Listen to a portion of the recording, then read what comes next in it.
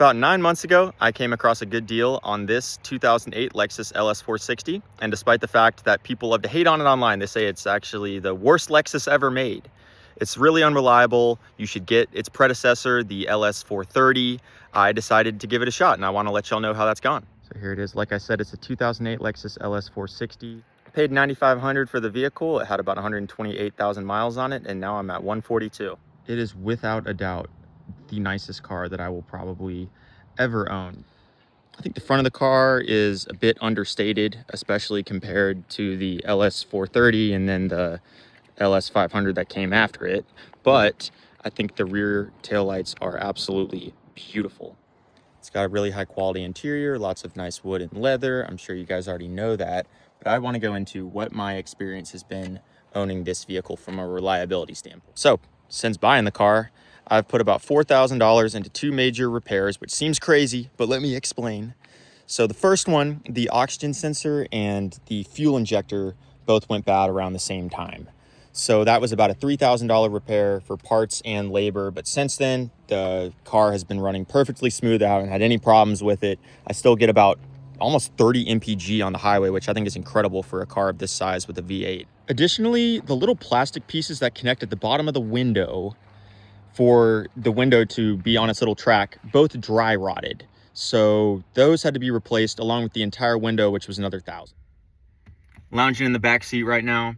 So much leg room, the most comfortable seat you'll ever be in. I wanted to elaborate a little bit on that first repair. So like I said, the fuel injector and one of the oxygen sensors went bad around the same time. There's two oxygen sensors on these vehicles. They control the amount of gasoline that gets injected into the engine at any moment.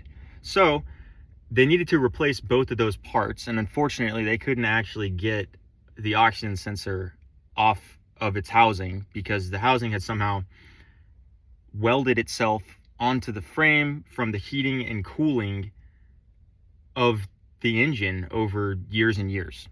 So they told me not really much we can do about it right now. You might suffer a little bit in your fuel economy. I have not experienced any change in my fuel economy. I still get close to 30 mpg on the highway. It's better than my old Honda Odyssey, so no complaints there at all. I just wanted to give my 2 cents on this vehicle because I feel like it gets way too much hate online amongst Lexus enthusiasts, and I wouldn't want anybody to shy away from owning one. The issues I've faced with the LS460 could just as easily occur with an LS400 or an LS430. It's really just due to buying an old vehicle. And when vehicles get old, over the decades, I mean, there are things that are going to rot, to go bad, but that's part of the reason why these things are so cheap. And it's absolutely worth it. This thing drives smoother than any car I've ever been in besides an S-Class. It's not a Camry, obviously. If you want something that's never going to have any issues whatsoever, go and buy one. But if you want something that's going to make you excited whenever you get in your car, something that feels powerful and has these wonderfully opulent materials on the inside, I just love this wood so much, and the leather.